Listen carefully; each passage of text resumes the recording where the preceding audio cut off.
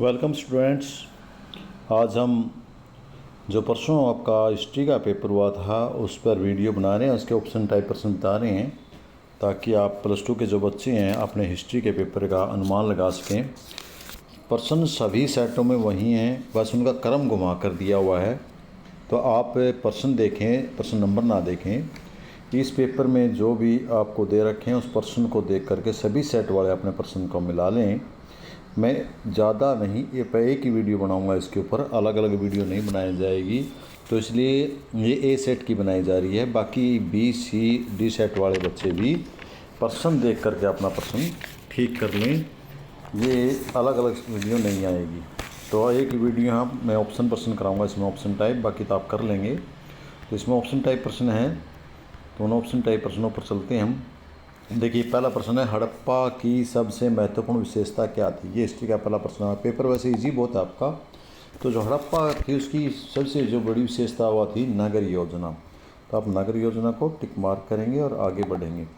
अगला प्रश्न आपका आता है, मौर्य वंश का संस्थापक कौन था। मौर्य वंश का संस्थापक आपने पेपर में याद कि बहुत आसान है, चंद्रगुप्त था। सी ऑप्शन है आपका, सी को मार्क करेंगे और अगले प्रश्न पर चलेंगे। अगला प्रश्न आपका जो तीसरा प्रश्न दिया हुआ, महाभारत की रचना मूल रूप से किस भाषा में लिखी गई थी।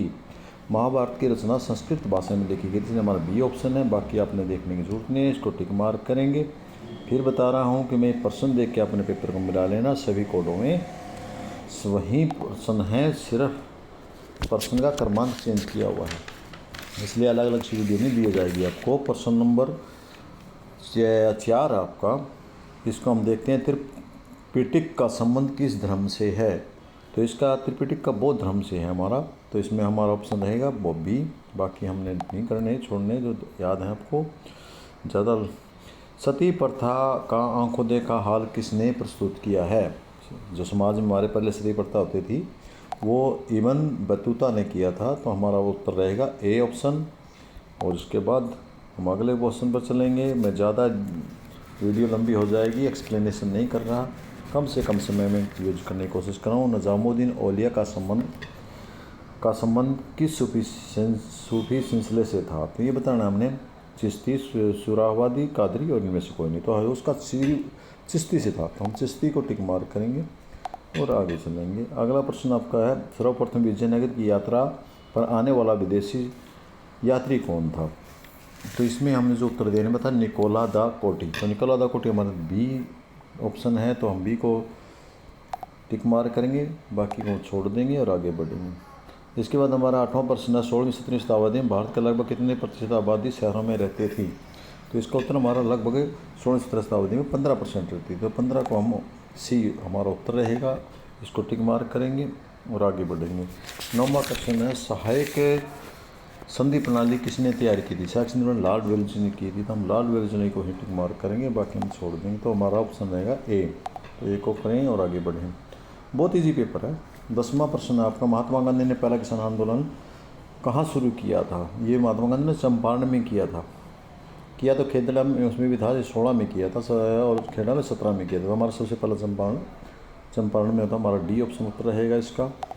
और उसके बाद अगले में चलेंगे, भारतीय संविधान की प्रस्तावना में कौन सा शब्द निहित नहीं है।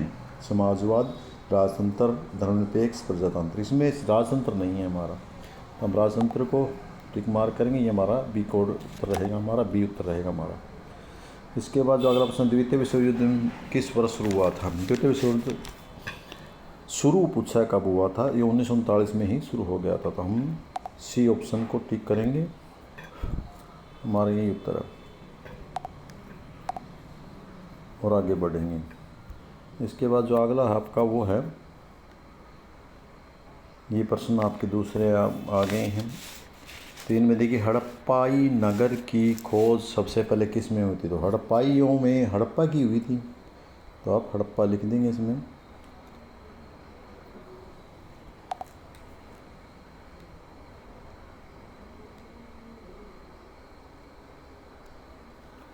हड़प्पा, इसका उत्तर आप हड़प्पा ही लिखेंगे।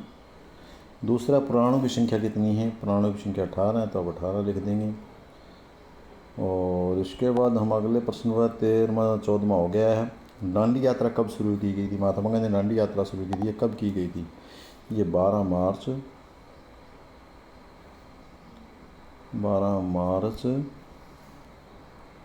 1930 को 12 मार्च 1930 को की थी। आप ठीक ढंग से लिख लेना। अगला प्रश्न है आपका, हड़प्पा सभ्यता लिपि में चिन्हों की संख्या कितनी है? हड़प्पा लिपि सभ्यता में ये 400-600 के बीच में थे, जिसमें आप खालिस्तान में पहले 400 लिखेंगे, यहाँ 400 लिखेंगे और यहाँ 600 लिखेंगे आप। ठीक है, 400 से 600 के बीच में थी। अगला प्रश्न आपका है, हर्षश्री कनौज के शासक की जीवनी किसमें है? तो हर्षवर्धन में थी। इसका उत्तर आपका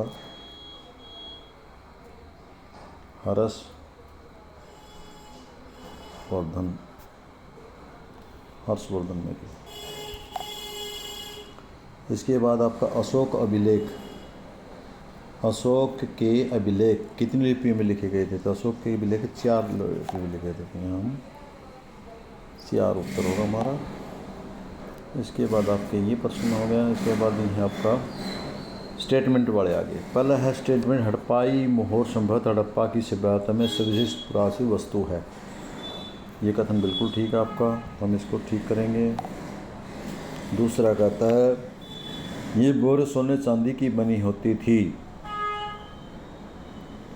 ये तो गलत बात, सोने चांदी की नहीं होती थी, तो इसे ये हमारा गलत है। तो हमारा क्या उत्तर आएगा? अभी कथन ए सही है परंतु कारण आर गलत है। तो नीचे देखिए ये कौन सा है। पहला में तो सही व्याख्या है, दूसरे में गलत व्याख्या है, तीसरे में ए सही है। तो हमारा सी आएगा उत्तर, हमारा सी सही बैठता हमारा उत्तर। तो सी को करेंगे हम और आगे बढ़ेंगे।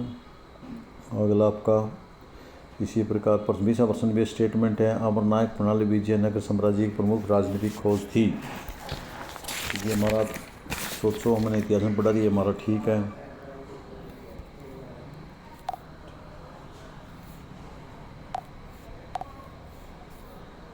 पहला ठीक है। दूसरा है, इस प्रणाली कई तत्व दिल्ली की स्वतंत्र एकता प्रणाली से लिए गए थे। ये भी ठीक है और इसीलिए इसकी व्याख्या भी करता था। हमारा ए ऑप्शन सही है। इसके बाद आपका अगला प्रश्न है 21वां, दिसंबर 1951 कांग्रेस का अधिवेशन लाहौर शहर में किया गया था। ये ठीक है। दूसरा, भारत छोड़ो आंदोलन 1942 में शुरू हुआ था। ये भी ठीक है। बट जो आर वो एक ही सही व्याख्या नहीं करता है या कोई पहले का रीज़न नहीं है। तो हमारा उत्तर क्या आएगा?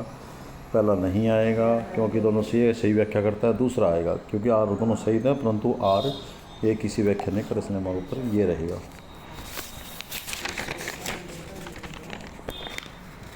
इसके बाद आप प्रश्न हैं ये प्रश्न आपके थ्योरी के प्रश्न आ गए। जो प्रश्न खंड बखैब आ गए, ये तो बच्चों आप खुद करेंगे अपने हिसाब से। अपने रोटी खावा? हाँ जी, आज रोटी खावा। चलो